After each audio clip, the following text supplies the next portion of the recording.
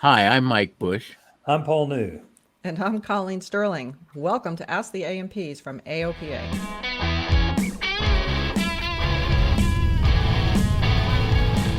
On Ask the A&Ps, we take your toughest maintenance questions and attempt to answer them. So if you have a question, please send it to podcasts at aopa.org. That's podcasts at aopa.org. And if you like the show, make sure to follow or subscribe so you never miss an episode. And if you'd like to get on our email list for our monthly newsletter and occasional interesting maintenance stories, the easiest way to do that is to pick up your smartphone and text the word SAVVY, SAVVY, to 33777. And a little email bot will ask you for your name and email address and add you to our mailing list. Again, text the word SAVVY, SAVVY, to 33777 to put yourself on our list. So now that we've done that, right? We've done the intros. We know who we are. You Yeah. two do. Is this meta conversation? Yeah. So I was thinking the other day about how cool it is, the things that we know to do for troubleshooting that we didn't have or know about 10, 20 years ago. So, true confessions, I've been talking about how much oil my airplane engine has been consuming. So it finally exceeded the threshold, the continental threshold. So I felt obligated to do something about it. So months ago, I tried replacing the intake valve guide seals. That made no change at all. The belly of the airplane is perfectly clean. I mean, like spotless clean. Compressions are all good. So I'm going through various and sundry troubleshooting procedures. So I do a ring wash. Again, I did one a couple of years ago, maybe 3 years ago. So I did another ring wash, identified cylinder number 2 and number 4 as not passing any fluid whatsoever. So I was like, okay, am I going to replace the cylinders? Well, I just couldn't bring myself to replace the cylinders, so I pulled the cylinders, honed the cylinders, went ahead and put on new pistons because it's easier to put on a new piston than it is to scrape Clean off. up the old one. Yeah, right. And put in new piston pins because they were stepped a little bit. And then just honed the cylinder, put it right back on with new rings. So the first flight was an hour. Well, I put in 8 quarts, flew for an hour, flew another long trip, added up to 6.5, so 7.5 hours, waited a week, checked the oil, and it was at 7 quarts. All right. Yeah, so that's pretty cool. I flew, well, this morning I was actually down in Tupelo doing some battlefield repair on a plane. And by the way, the folks at Tupelo are awesome. Bobby and Amanda took great care of us. And I came home with a freshly picked peach that they insisted that I bring back. So anyway, thank you, Tupelo. And so I checked my oil this morning and it showed 5 quarts, but that's because I flew yesterday. So my engine, in about 4 days, I will check it again, and hopefully it'll still be 6 something, maybe 7. So Anyway. that oil drains what, out of the prop back in, or out of Everywhere. everywhere out of the On filter? 550s, yeah, and I think they're worse than 520s. I have no basis for that other than if I fly my airplane and wait an hour and check the oil, come back the next morning, it will have gained at least a half a quart. Wow. And if I come back a week later, it will have gained 1 to 1.5 quarts. Wow. So I never run my engine ever just before changing the oil. That's like the worst thing to do because you leave at least a quart of oil up inside the engine. So yeah, anyway, I let it sit so all that oil drains down. So the first time, if it's been sitting for a week and then you run it again, you don't want to cycle the prop too quickly because you won't have a lot of oil in there because it's Well, still my airplane, I pushing. can't really cycle the prop in the traditional sense because it's a Cirrus, so it's all in that connector. Oh, okay. I mean, you can tell that the prop is moving. You know Yeah. that it's working, but it doesn't cycle in the same way that you would cycle your prop. Okay. but it doesn't really drain down from the propeller. It's just all over the engine. Anyway, and that's a common thing on the Columbias and the Cirrus as well, that a lot of oil hangs up inside the engine. So anyway, I was just pretty excited because 5 years ago, would never have thought to use the ring wash as a troubleshooting tool to Right. find just the two cylinders. It would have been, well, I would have done that horrible thing that I tell everybody not to do, and Pull them all. pull them all, done a top quote overhaul.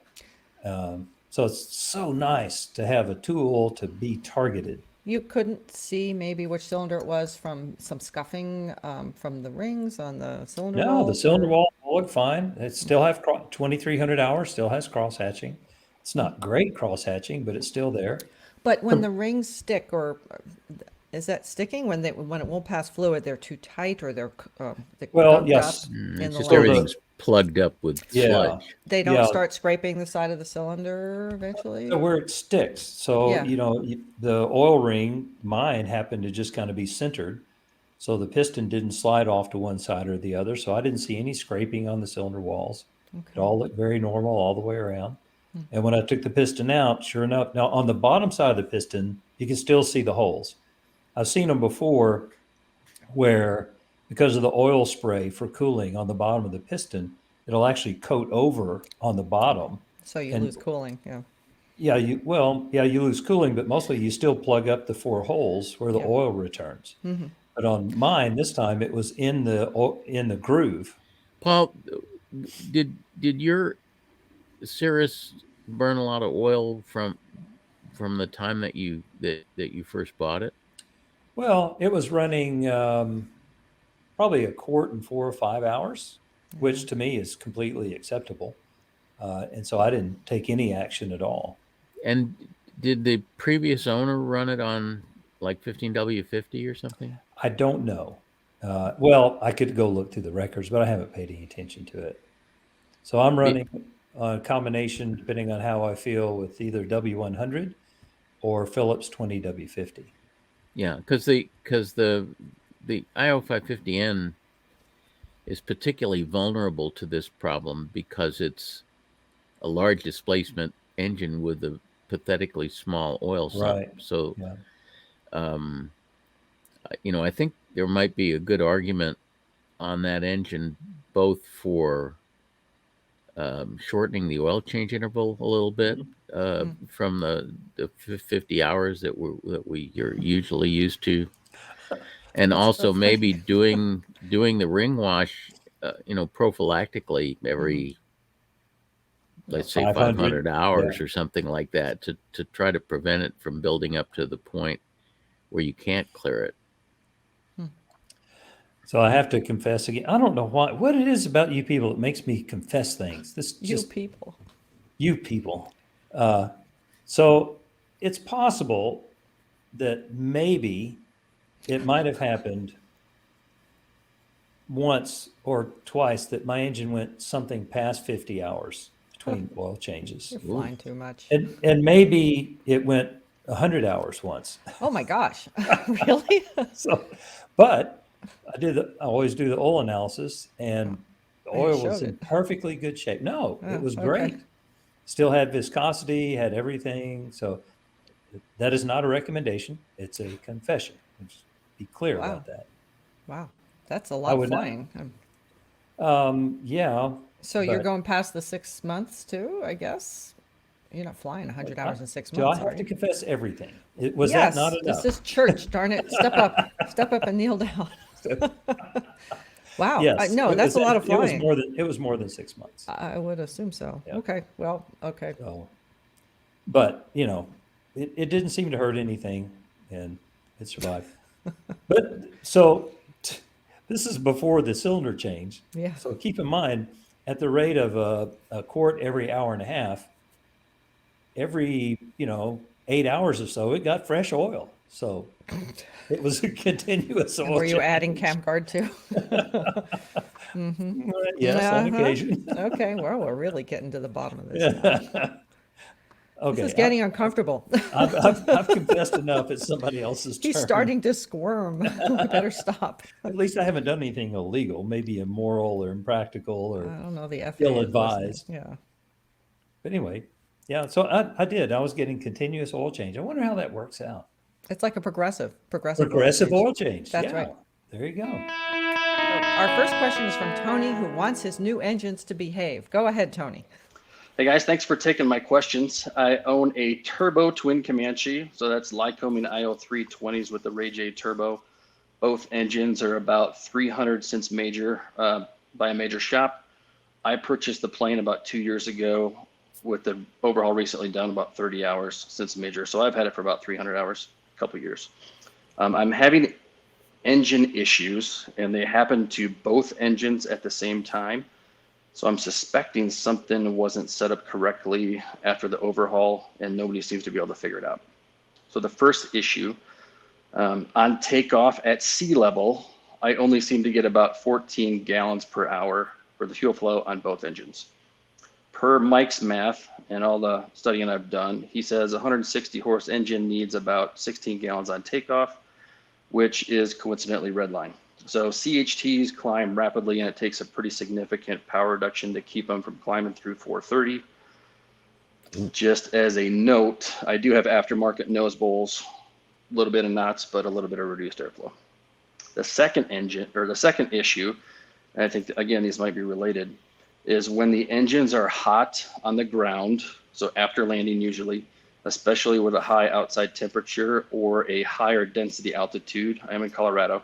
The engines have a hard time idling. So anytime below about 1200 RPM, both engines will surge up to about 400 RPM. And if I don't catch it, I've had the engines die on me a couple times. Idling when the engines are cold works great. And if I turn the electric fuel pumps on, the engines idle fine. I talked to Lycoming tech support. They say the idling issue sounds like a vapor lock problem. I kind of agree with that. Kind of my question is are the fuel pressure set too low on my mechanical fuel pumps, or is that a fix to potentially address both of these issues? Appreciate your knowledge. Well, so I got to say something. First off, I missed most of that because I have a little technical issue going on here. But first off, really cool that you have a twin Comanche, and Great airplane. Yeah, it is. So mine didn't have the turbos, and for those that are listening, these are mechanical turbos. So as you're climbing out, you get to an altitude where the throttles are full forward, then you start cranking in or closing the wastegates with basically a second set of throttles, right? Kind of sitting down in the center console. So when those are all the way backed out, they're basically not in play at all. You just have a normally aspirated engine. But you do have rotary fuel pumps as opposed to the normally aspirated twin Comanche has the little poppet pumps. I was trying to think of what in the world in a twin Comanche would be common to both engines, and they're totally isolated systems. The fuel systems are isolated. I mean, unless you're on crossfeed, your ignition systems are isolated. But The only thing that's odd is the engine-driven fuel pumps. But he's suspecting it's something, they were both overhauled at the same time. By Correct. the same organization, so he thinks they did something wrong to both engines. Yes, well, I'm sure it is. So I was going back into the aircraft systems, and I can't come up with anything that is tied together where we could say this is an airplane or an airframe or a system issue. I guess it's remotely possible that someone may have connected the fuel supply forward of the firewall, strangely, but I've never heard of that before. And how do you adjust fuel pressure on a Lycoming? You can. You don't, yeah. There's no adjustment on the pump, and there's no adjustment on the fuel servo. Could it It's be an the RSA wrong- 5. Oh, it could be wrong pump? But Possible. my recollection, and you can see this by going to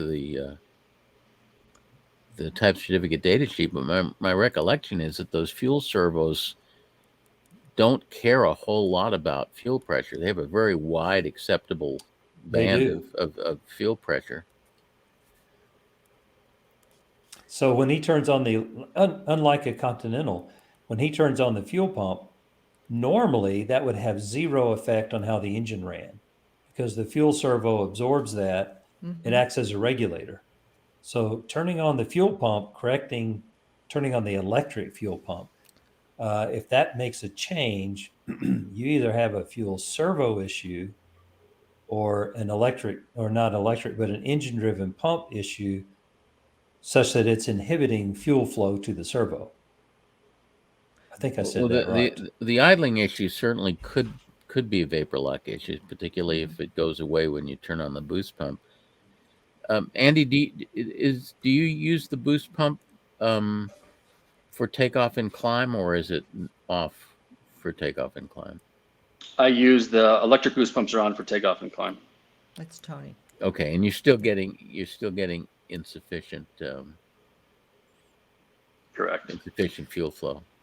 Could he Again, replace is 14 enough? No, No. I don't think so. I think you're right. 16 is more like it. Yeah, 16 is more like it. It should run fine on 14, though. I mean, it's only a 160 horse engine. It's a Well, but Skyhawk. It could explain the temps, though. It's going to run hot. Yeah. Well, that's true. I'm just saying. I mean, that's the complaint is that Yeah. He can't adjust fuel flow or fuel pressure, but could he change the injectors to allow more flow, or is that not?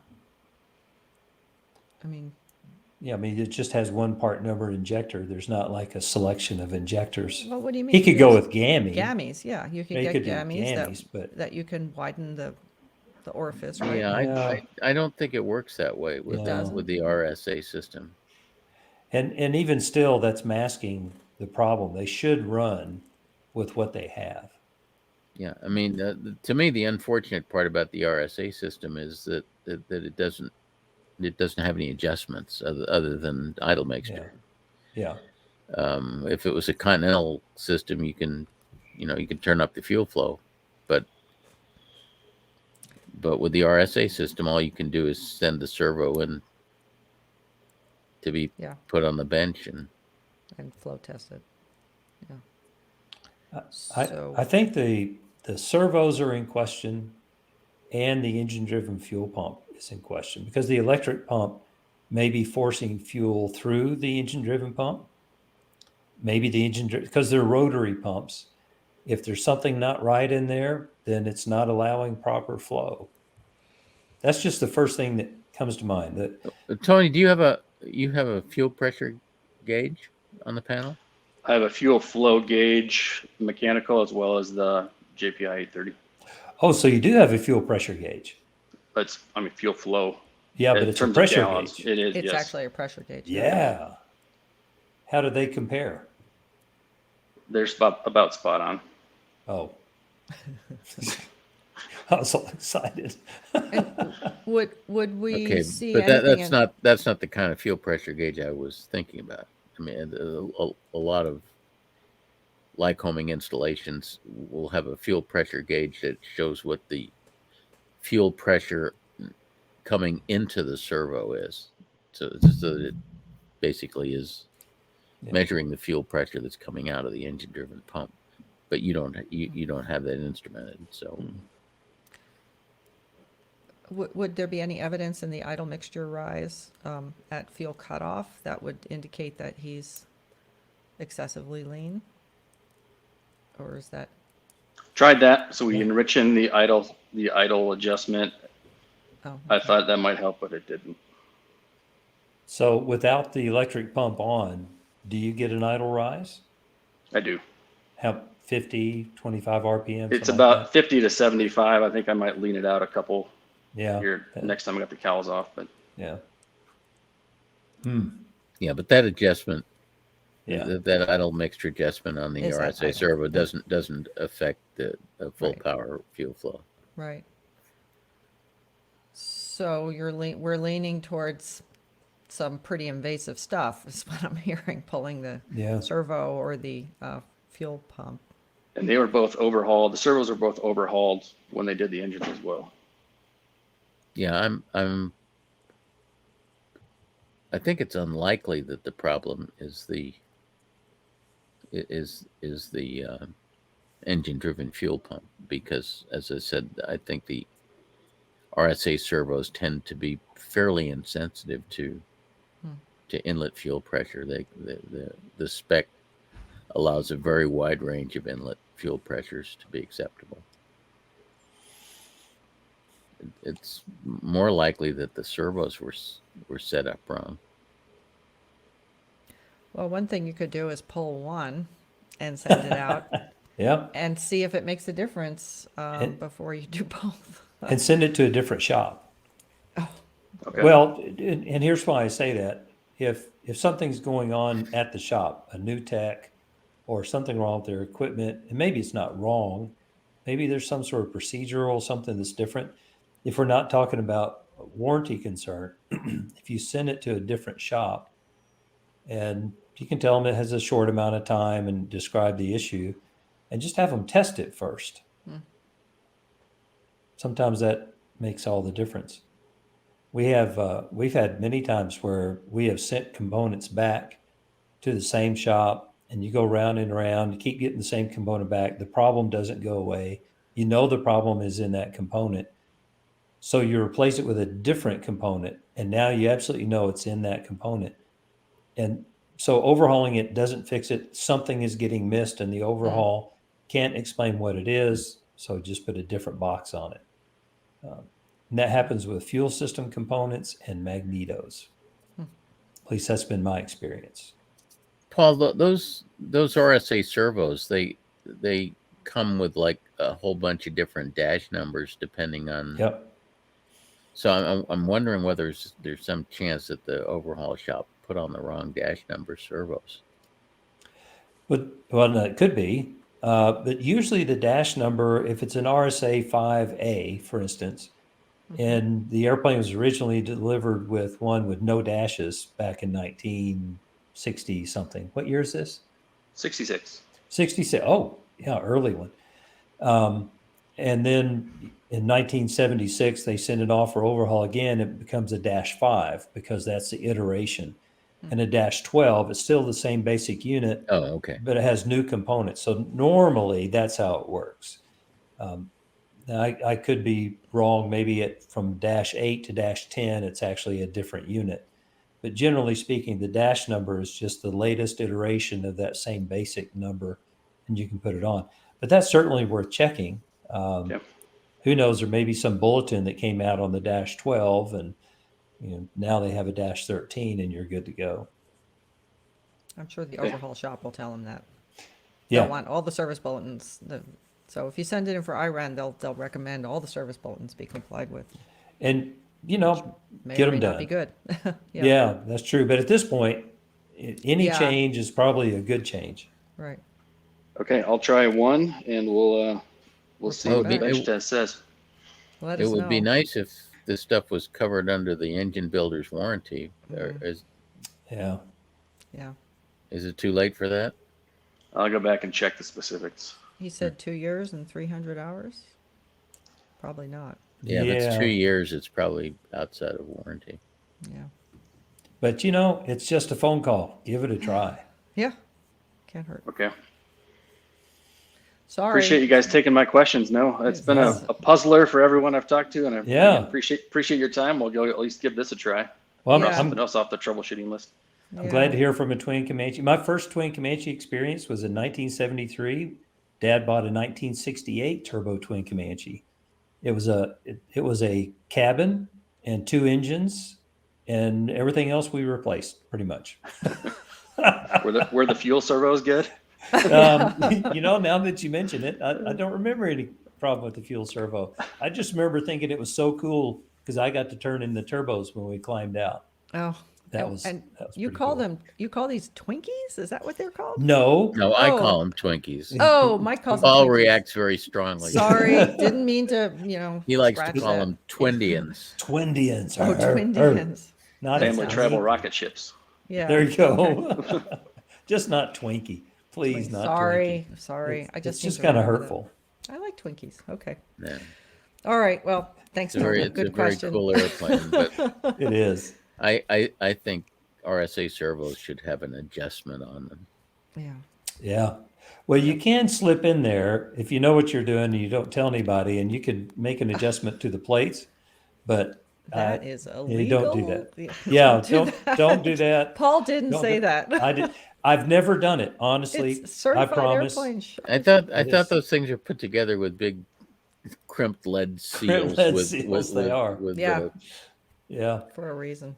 I the knew a signet guy. ring impression of the guy who put Yeah. it together or something. I knew a guy, and this honest truth, he used to take those things apart in the field and he would polish the two plates and Wow. put it back together. And I'm like, man, Uh-huh. without a bench, even for me, and I do some pretty weird stuff, I'm not that guy. No. Okay, Tony, before So- we get in trouble, we're going Yeah. to cut this conversation off. All right. Thank you again. Yeah, Thank thanks, you. Tony. Good luck. Let us know how it works out. Welcome. The next question is from Andy, who thinks his shop is all wet. How are you doing, Andy? Good. I'm dry. You dry? Okay. You're not in Vermont, obviously. Yeah. Where are you calling from? I'm across the river in New Hampshire.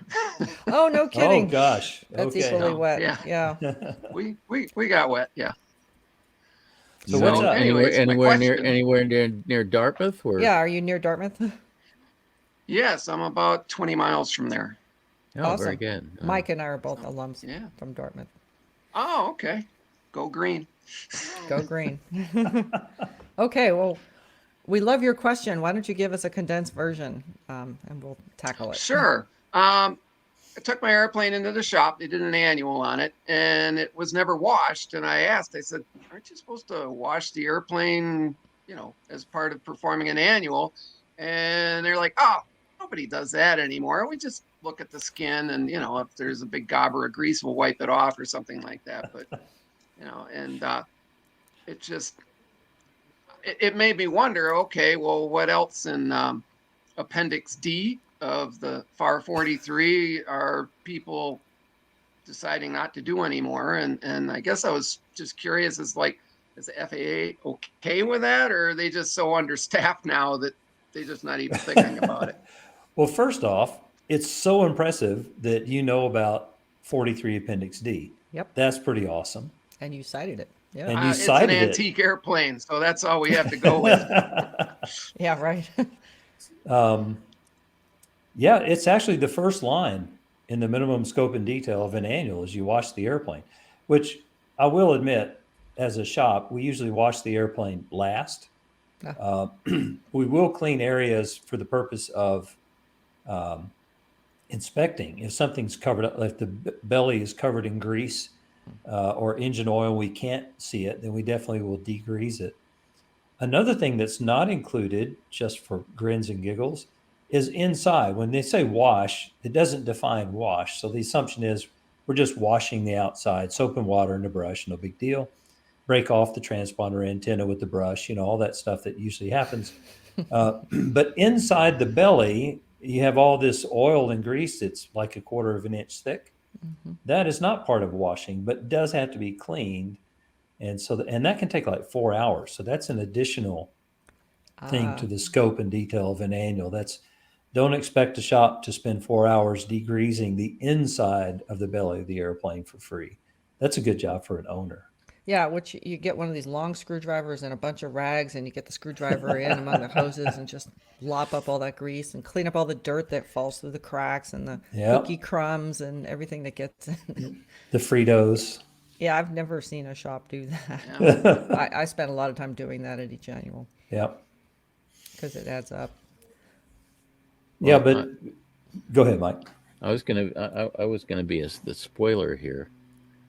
Yeah, you don't. First of all, I don't have it in front of me, but I don't recall Part 43 Appendix D saying anything about washing. I think it says Yeah. cleaning, doesn't it? Well, no, I think it says wash. Says thoroughly. I'm reading what he cited here. It says thoroughly clean the aircraft Okay, engine clean. Yes. and the aircraft clean. Now, Okay. my understanding of that, which may differ from yours, what was that when they talk about cleaning, it's cleaning that facilitates the inspection. Inspection. Yes. And in fact, uh, probably most of the time you don't want to just willy-nilly clean the airplane before you start the inspection, because you want to Right. be able to see You what's see. leaking, and you want to be able to Right. see Remove the smoking evidence. rivets and That's all true. sorts of things. So you kind of want to inspect it moderately dirty, but not so dirty that you can't see stuff. It's kind of a fine line. But It's really, but the other Yeah, real when I was at, spoiler alert is that and I still want to research this a little bit further, because I want to actually call the FAA Oh, I Office know where of you're Chief going. Counsel on this. But based on a conversation that we had with an aviation attorney recently, Oh boy. we believe that Part 43 Appendix D is not regulatory. it's because it's an appendix. Yeah. Well, it's not because it's in an appendix, but because the appendix never went through the notice and comment procedure A that is technicality. required for all regulations by the Administrative Procedures Act. Wow. And this lawyer went back to the history of when these appendices were first introduced to Part 43, and made a pretty strong argument that they are non-regulatory, which is apparently a dirty little secret that the FAA doesn't want us to know. So it would be, I think, a little difficult to violate somebody based on non-compliance with Part 43 Appendix D. Where again, I want to talk to one of the reg lawyers in the FAA before I take this to the bank. But it sounded like a pretty convincing argument that this lawyer was making. So, Paul, going back to your practices as a shop. Hmm. So, if I bring my airplane to your shop, do I expect to get the white glove treatment that I would get at, say, the dealership with my Buick, where they're going to put the No. mats down and they're going to clean everything before they hand it back to me? And it's, Well, so we will clean reasonable. I mean, we're going to wash the airplane. As Mike says, we're going to do it at the end because we want to see all the streamers and all that. We're going to degrease the belly because we have to inspect it. Mhm. But if it's more than that, then you got a 1/4 inch of goo in the belly of your airplane. So we're going to write that up as a discrepancy, and we're going to tell you this is above the norm. That's not part of a flat rate annual, and it's going to take several hours. You can come as the owner. We would welcome you to come and Yeah. clean that because Clean the we goo. don't want to do it. We would rather you do it than charge you 4 hours to do it, honestly. And part of Okay. that is that the drain holes in the belly are probably clogged up, and once they clog up, it just gets worse. So yes, it has to be cleaned. We can't finish the inspection before it's cleaned. Oh, But who cleans it, that's a different thing. It is interesting in this, when you look at Appendix D, some time ago, we had a big discussion and FAA legal got involved about Appendix A and whether defining preventive maintenance in Appendix A was an exhaustive list or whether it was a representative list. And they said, well, it's a representative list. So when Mike was telling me a couple of weeks ago or whatever about Appendix D or the appendices to 43 possibly not being regulatory, then it suddenly made perfect sense that FAA legal would say, oh, well, Appendix A is representative as opposed to exhaustive. And anyway, so it's really cool. I don't know how that's going to play out. But Andy, for your annual inspection, you can use any list for the annual inspection that you want to. The FAA just says it has to meet the minimum scope and detail in Appendix D. So if you choose a list that says something differently about washing or cleaning, as long as it meets the intent of this list, I think you're fine. But for a shop, just say, "Oh, we don't do that anymore. Nobody does that anymore." That would be wrong, Interesting. because that is not true. Now, we may not get the white glove treatment. We're not going to polish the airplane. We're not going to do that sort of thing, but we are going to clean it. Absolutely. It has to be clean for the inspection. That includes, we have to clean the inside of the cowlings as well. And the engine, yeah. And the engine, yeah. After an oil change, I clean my engine for an inspection. Sure. Years ago when I was young, I knew this old. What's clean to one person is not necessarily clean to another person. That's Yeah, as long as it's clean enough to the inspector. right. And again, I would contend that the purpose of cleaning is to facilitate the inspection, not to make the airplane look pretty or smell Right. nice. Yeah. Although a little Febreze. Yeah, years ago, there was a fella. He always said he was an A&E mechanic. That's how old he was. But he always said, always wash an airplane before you buy it, because by washing it, you are basically examining every square inch of skin or fabric or whatever, every rivet. And if you don't wash it, then you really haven't looked at it that carefully. Yeah. And so That's true. Well, I'm going from that advice from a long time ago to today, and I'm thinking like, well, what happened? yeah. So Well, thank if you you're for getting your answers.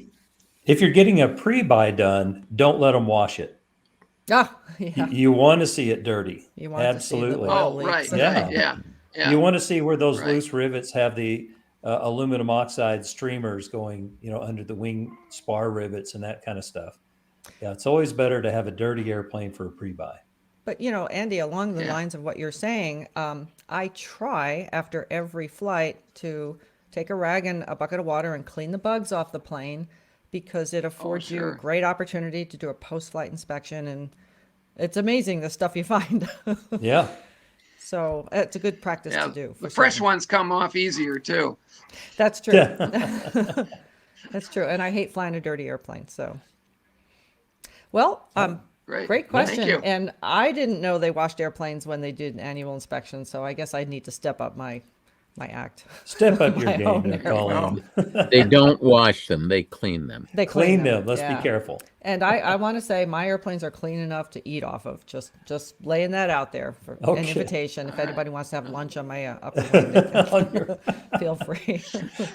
Thank you for the question, Andy. It was a good one. You're welcome. Thanks, Andy. Our next question is from Nathan, who wants to stop the starting madness.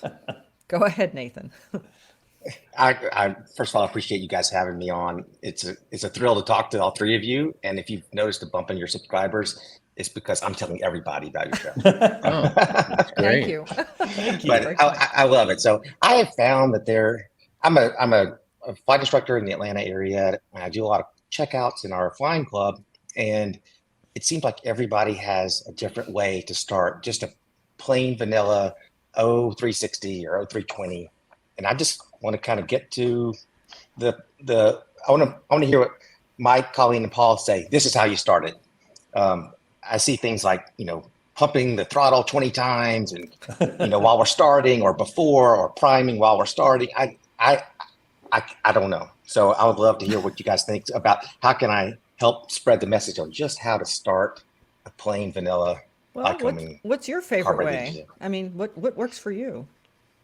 I was always taught, and I teach, and I use the primer when it's necessary. I feel like that's the best way to do it that I know, but maybe that's not right. And I've read the guidance on the Lycoming website on how to start their engines, and there's some mention there about the accelerator pump or pumping during starting, but is there a risk for a fire, or what are people doing that are that I can maybe help spread a better message? So I would love to hear your thoughts on any of that. So you're talking primarily about like 172s, Cherokees, that sort. That's right. Carbureted. Small Carbureted small engines. carbureted Lycoming Yeah. engines. Yep. That's right. Well, I have sort of two generic comments about this. First of all, um, priming with the accelerator pump, in other words, pumping the throttle, puts the fuel in the wrong place, whereas priming with the primer puts the fuel in the right place. It puts it closer to the intake ports of the cylinder. The second comment is that if it is possible, and I say this because in some airplanes it requires like 3 or 4 hands, but at least in theory, it's better to prime while you're cranking the engine rather than to prime first and crank second. Because if you prime first and crank second, the fuel is likely to run downhill and puddle up and again create a potential fire hazard. Whereas if you prime while you're cranking the engine, the engine is sucking this fuel into where it can actually do some good. Again, some airplanes it's very hard to prime while cranking because it requires more hands than the pilot has. But if it's feasible to do it, it's a better way to do it. So something to follow up on that, oftentimes the primer pumps don't work because they've been ignored. And so you pull the plunger out, and if it's your own airplane, you listen and you realize, oh, I can actually hear the fuel sucking it. You know, it's a syringe. It's what you're doing. You're pulling the plunger on a syringe, and then when you push it in, it should feel like it's pushing fuel. We just had a Cardinal here, as a matter of fact, Colleen, and having trouble getting it started. It turned out to be an impulse coupling issue, but in the process, we discovered it was just pushing air. And so we disconnected some of the lines to the engine. And once we got it working, it's like it would squirt avgas 20 or 30 feet. It was really cool. So if most people will go to the accelerator pump, to the throttle, because the primer doesn't work. So if they're using the throttle, which I totally agree with Mike, it's the wrong place to put the fuel. Typically, the carburetor is mounted vertically, so you have this stream of avgas that goes straight up, and then it comes straight back down. And if you have the throttle plate open, if the throttle's forward, then all the fuel puddles in the carburetor heat air box that's right below the carburetor. Right. And it's definitely a fire hazard, or it just runs out on the ground. It's not doing you any good. But that's what they're doing, and they're doing it probably because the primer doesn't work. In almost every airplane they get in, so someone said, oh, we'll do this, it'll work. Since we're all mechanics here, we would suggest make the primer work and use it just as you're suggesting doing. That's exactly how it should be done. And making the primer work normally just involves replacing some O-rings, right? That's what makes them go bad, and so it's not a big deal to do that. Or unclogging. They're not really injectors. They're little ports. nozzle, little ports. Yeah. And unscrew those and make sure that when you run the plunger, that avgas in quantity squirts out to all 2, 3, 4, 5, or 6 of them. And not all engines, if you have a 4-cylinder engine, it may only prime 2 or 3, or maybe all 4, but that depends on the airplane. So make sure that they're all actually working, and you'll be amazed.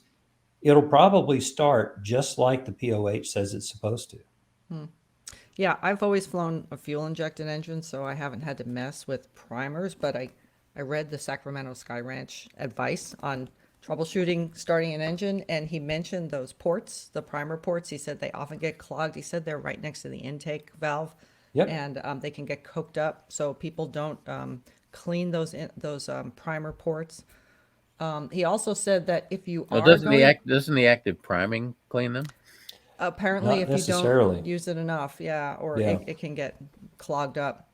Also, the pumping of the throttle, it throws fuel, as Mike said, into the air box And if you are cranking while you're doing that, the engine will possibly pull the fuel up. That's what you want. But if you just pump the throttle prior to cranking, it's really not going to move because the fuel's going to just seep back down. So that throttle pumping has to happen while you're cranking the engine if you're resorting to that. And that's just really a bad way to It's do it. dangerous, right? It is dangerous. It truly, it's not one of those once in a bazillion times you'll have a fire. It'll be way more frequently than that. And it's just not the right way to start it. Yeah. That is what I've observed is the pumping, and I think it is doused with a whole heaping of impatience that the person has. I think they have to do something immediately. Like if it hasn't started immediately, Just so trying that's part of everything. it. You're just moving everything in the cockpit you can Right. because the primer didn't work because it's broken, and so you're trying whatever you can do because you're sitting there and all your friends are sitting in the back watching you, right? I've watched guys in like Columbias and Cirrus and 210s, and they'll be starting the engine and they're moving the throttle back and forth. And I try not to be snarky, but sometimes it just comes out. It's like, why is it exactly you're doing that? It makes it start better. Nathan will appreciate this. This is proof of what's called the law of primacy. Yes. Don't you? I've seen old cars where you pump the gas pedal when you're trying to start it. It's Isn't a that the carburetor. accelerator pump? Yeah. Same thing. But the carburetor's mounted on top of the engine. And so when you do that, the fuel goes down into the Oh, engine. details. But people are trying to start their planes like they're trying to start their cars, right? Old people. This sort of reminds me of something that happened years ago. I was at some airport up in Northern California, and this pilot calls me over, and he recognized me. He says, "You're an A&P, aren't you?" I said, "Yeah." He said, "I can't get my Cherokee 180 started. Could you help me figure out what's wrong?" I said, "Sure. Why don't you go try to start it, and I'll stand out here and see what can be seen." So he starts cranking the engine, and you can see his shoulders moving. He's doing all sorts of pilot stuff in the cockpit. I give him a kind of a cut sign, and he stops and opens the door. I said, "Well, it's not a fuel problem." And he said, how do you know that? I said, "Look on the ground under the airplane. There's this big puddle of avgas running out the low point drain." So it was probably a good thing it didn't start, because it probably would have ignited that puddle push of the fuel. airplane away from the puddle and try over. Right. Well, we love taking care of old wives' tales. So I think we Yes. tackled a couple here, Nathan. That was So you use the primer and try to prime and start, or prime that's and what the crank primer's simultaneously supposed if to you do. can. Yeah. I will go into the world now armed with the backing of Ask the A&Ps that to do it this way. So It may require both hands and one prehensile foot, but And fix the primer. Wait, I got to think about the foot thing there. No. thank you all. Thank you very much. Okay. Yeah. Thanks for calling in. Thanks for Nathan. calling, Nathan. Nice to meet you. Our next question is from Matt, who has a question about a 210. Finally, I'm supposed to know something about. We'll see how this goes. Welcome, Matt. Thank you. Thank you very much. Good afternoon. About a year ago, I had my 182 Cessna Turbo 210 engine rebuilt. That's a ISO 520R. I know you know that. This is my third engine, and my wife and I have owned the plane for over 12 years. So we have a fair bit of experience with the plane. Wow. Wait, how many engines in 12 years? Three. So wow. The original one, and then the second one, which we hope to keep forever, was a factory remanufactured engine that had a mismanufactured valve lifter hardened incorrectly and ground through the camshaft, but that's a different story. Okay. Our new engine is truly the smoothest running engine we've had, but it has a peculiar behavior when leaning the engine. We fly rich at peak, and in place of the limits being our cylinder head temperatures, we've always kind of leaned and tried to keep our cylinder head temperatures below 375, maybe up to 380 at the most. Where we hit a maximum is our turbo inlet temperature of 1650, and we tend to fly the plane with our TIT around 1500 or 1525, below the red line, but our cylinder head temperatures will be in the mid 300s. And we hit our turbo inlet temperature max really quickly. I was just watching my wife take off yesterday, and it hit 1600 before she could even pull back the power on takeoff. So is this common, and is there anything we can do to bring that temperature down so we can more aggressively lean and save fuel? At this time, we're burning about 2 gallons an hour more than the book fuel flows. I've asked a bunch of A&Ps this question, as well as the shop that rebuilt my engine, and so far I've gotten crickets. So I'm hoping the three of you have an opinion on my question. You're not going to get crickets from us. Guaranteed. Excellent. Guaranteed. Yeah. First and of we all, have lots of opinions. Your red line should be 1650, correct? Yeah, 1650. Yeah, my JPI 930 turns red at 1600, but the red line I believe is 1650. Yeah. So a couple of things. First of all, it's important to understand that if you go over TIT red line, the turbocharger doesn't like turn into a pumpkin. It's perfectly acceptable to go over red line as long as you're only over red line for seconds or minutes and not for hours.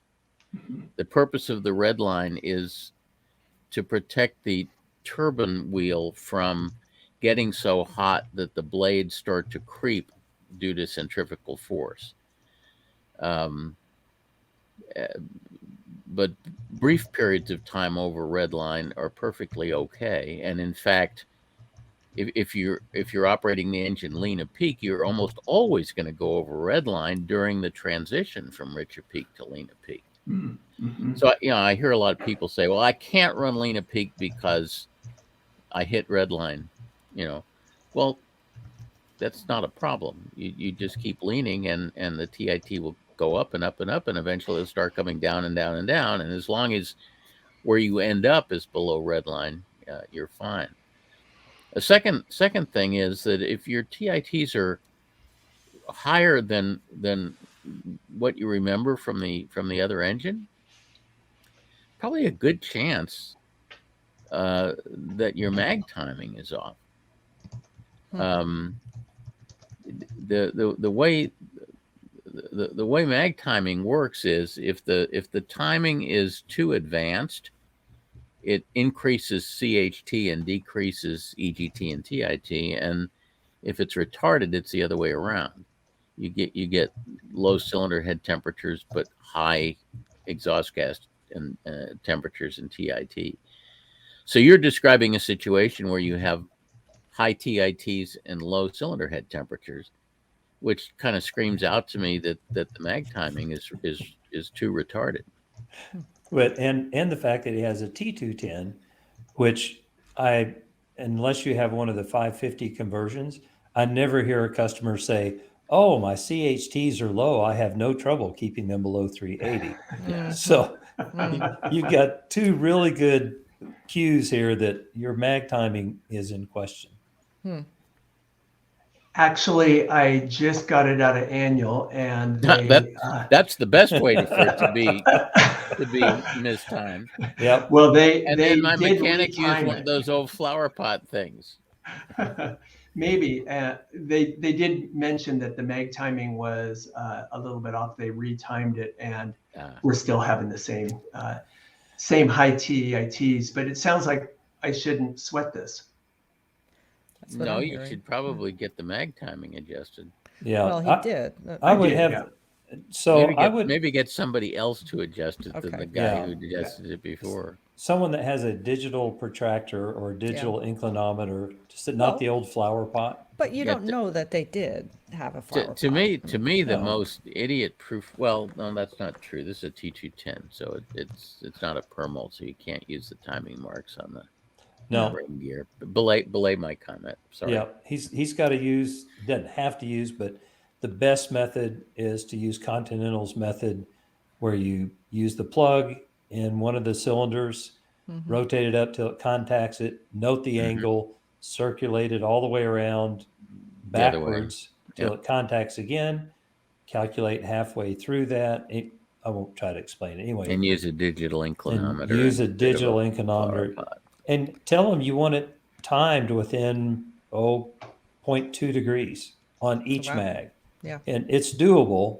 But would you recommend he go to another shop just to kind of, and then? Yeah, I think I would. Not because you don't trust the first shop, Right. But just to, but just to get a different set of eyes, and to see, because sometimes a mechanic may have part of the process that just gets missed a little bit, or they don't. they do the same thing wrong twice. Do the same thing wrong twice. Absolutely. Sure. And in most cases, it doesn't make any difference. But in your case, maybe it makes a difference. A couple degrees might make a difference, or definitely would make a difference. Yeah. 2 degrees would make a huge difference. The good news is that checking the timing is a very non-invasive, very simple, short, quick thing to do. So Yeah, fantastic. the worst thing is taking the cowl off, but only the upper cowl comes off, so that helps. Well, and on a 210, that's 2 upper cowls. Oh, is that right? Yeah. Really? 2? Yeah, 2, left and a right. Okay, well, that's great advice. So digital inclinometer within 0.2 degrees could be the timing of the mag. And then also, I don't need to worry about going into the red on my TIT if it's for brief periods. Yep. Correct. So, and when you're getting this high TIT, just out of curiosity, is this on the initial climb or the extended climb? When are you seeing this high TIT? Well, we always get a high TIT on the takeoff and the initial climb. And then as I get into cruise and either one of us are starting to lean the engine, our cylinders on this engine kind of sit in the 350, 360 temperature range. And our TIT will go up to 1600, and that's when we stop leaning. Again, running rich. Yeah, so the norm on a T210 or a P210 in climb, and where are you located? We fly between California and Washington. Have homes. So you're taking off at lower altitudes, close to sea level. Yeah. The typical, and this is how I recommend people take off and climb, is everything forward for the initial climb. When you're away from the airport, out of the pattern, and you have time to muck around, you can back the RPM down to top of the green. On the older engines, you had to back it down to at least 2,600, but back it down to 2,600. Throttle still wide open and mixture still full rich, and climb it like that all the way up. It'll do beautifully. You can climb it 600 to 800 feet a minute, and your CHTs will stay around 380, 390, but you can climb pretty quick up to at least 10,000. And but your EGTs and TITs should not be at redline when doing that. So the whole climb is full rich, Paul? Really? Sure. Yeah, because and you it's can in a climb turbo. fast. Yeah.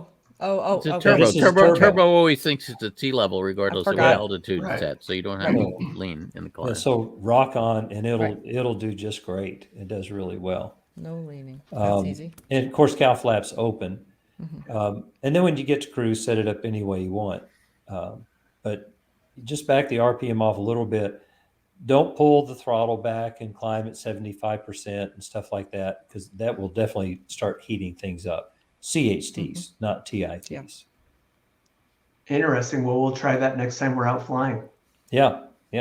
Your engine uses conventional magnetos rather than an electronic ignition system. Okay. Yes. Yep. Good. Thank You got the 210 expert here, so. Yeah. Thank you very much. Really appreciate the comments and advice. Yeah. Well, let us know how it works out. All right. I will. Thank you. Thanks, Matt. See you, Matt. Bye. Our last question is from Erik, who wants us to clear up a question about smoking and piston engines. Go ahead, Erik. Yeah, so I'm out here in the great Pacific Northwest, and we do a lot of flying, and over the past years we've had a number of wildfires. And one club that I belong to, the head A&P said, "Hey, there's smoke in the air, we're grounding the planes." And so now I have my own plane, actually also under contract for a cozy now. And so I'm just really curious about the effect of wildfire smoke and the internal combustion Well, I've flown my plane through fires in the past. The smoke can get pretty high in California. Actually, I was just flying this past week and there was a smoke layer. We have a fire in Mexico right now. I'm in San Diego.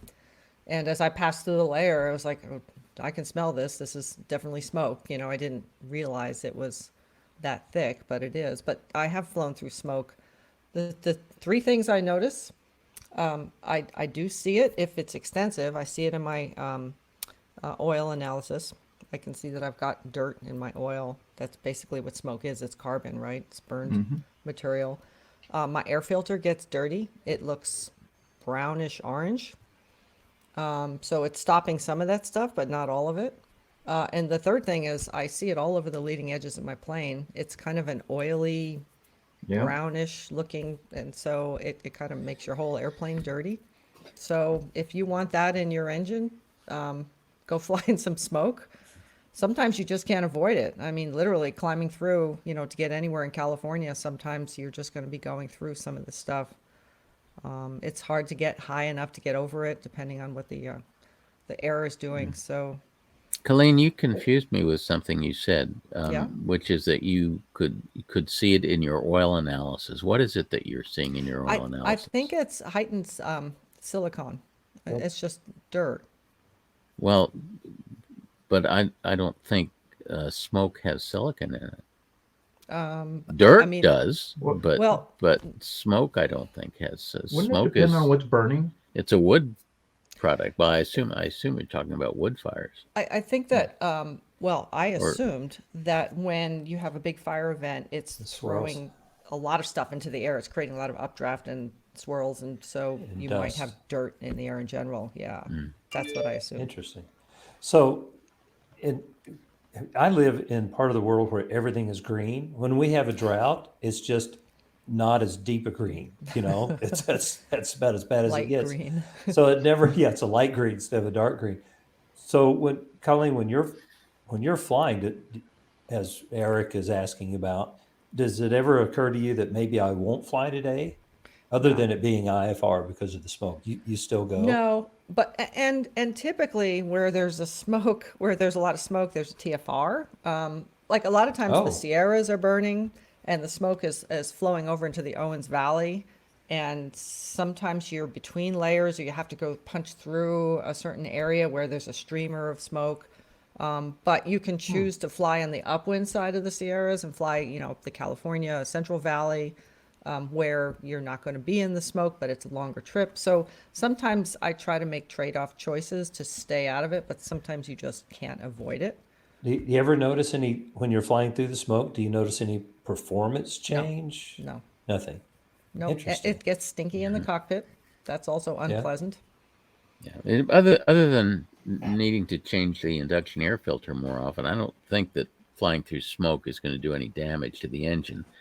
What will do damage to the engine, and we haven't dealt with this in a while, is flying through volcanic ash. That's Yeah. very Yeah. very abrasive and quite harmful. But That's right. that's a whole different Especially your turbine engine. issue. Yeah. Yeah. We have that risk up here in the Pacific Northwest too. Yeah, but it's been a while. Yeah. Yeah. Well, that's interesting. I'd never. So I fly through smoke every now and then, but it's usually some factory. You know, you smell the factory going or whatever. And I had my one in-flight fire, which is my big fear in life, is an in-flight fire.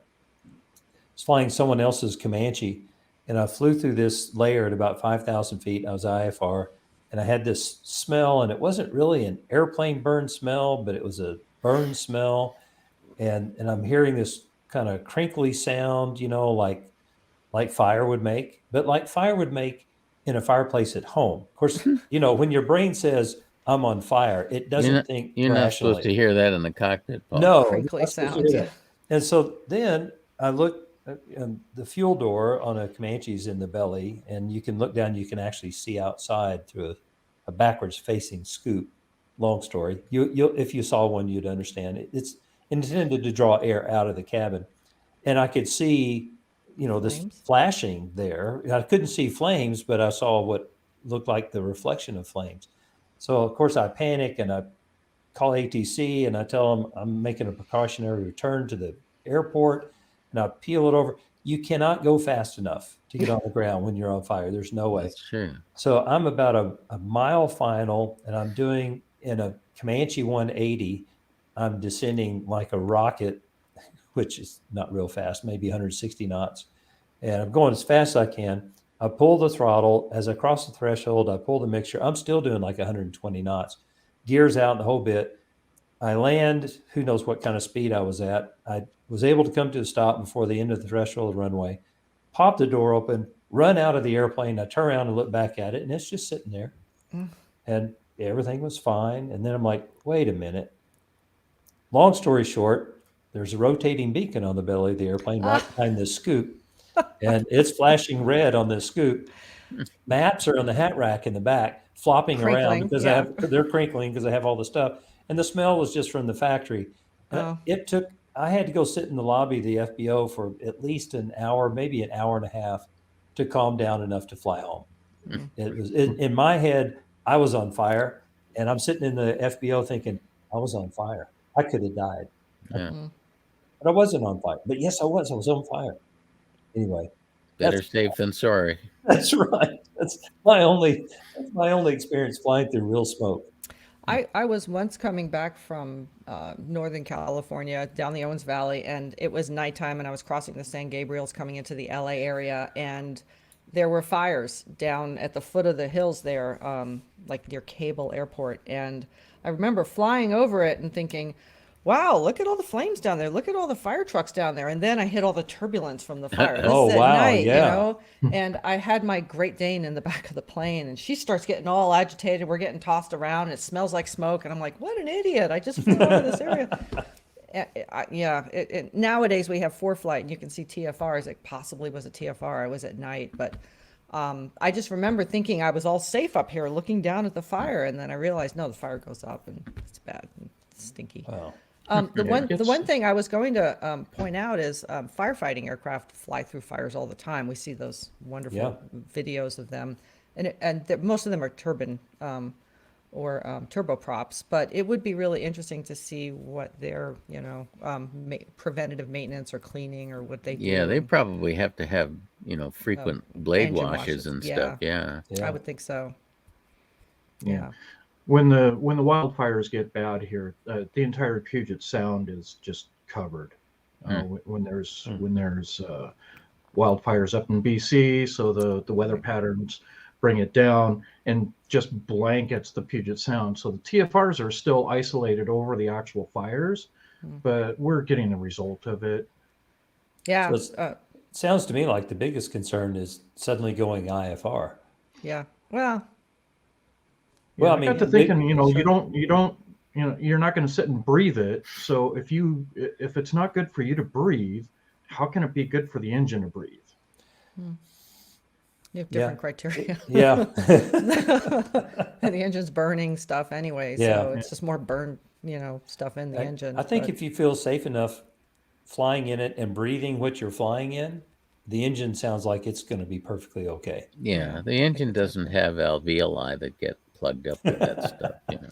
But we have had fire impacts on the air races each year, and last year or 2 years ago we had to cancel some races because the smoke drifted over the course, and they have a limit on visibility. So, and then the crowd wasn't very happy either. It was just miserable being there. And actually, speaking of fires, I'm holding my breath, literally, about AirVenture this year, hoping that that we don't have any fires and smoke at AirVenture, because it could very easily shift and cause just a big mess up there. I'm just hoping it's not too hot. Well, then that too, yeah. And I hope they don't run out of beer and donuts, And donuts, those early morning donuts on the flight line. Oh gosh. Yeah. But I think that the bottom line, Erik, is it seems like general consensus that it's not going to hurt your engine, just maybe a little unpleasant for you. Yeah. Well, thanks for entertaining my question. Good question. It was a good one. Yeah, thanks. I'd never thought through that. Things that make you go, Got to put your Mike Bush hat on. Yeah. Overthinkers What would Mike Anonymous. do? Mike does wear a hat. What kind of hat is that? I've seen him wear a hat every now and then. Okay, well, thank you. Thanks again. Thanks, Erik. Take care. Well, we made it through another podcast. What did we get right? We're not perfect, so what did we get wrong? You can always count on our listeners to let us know. Keep sending us those tricky questions to stump us. We absolutely love to hear from you. You can email your questions and comments to podcasts@aopa.org. We'll see ya. Bye, everybody.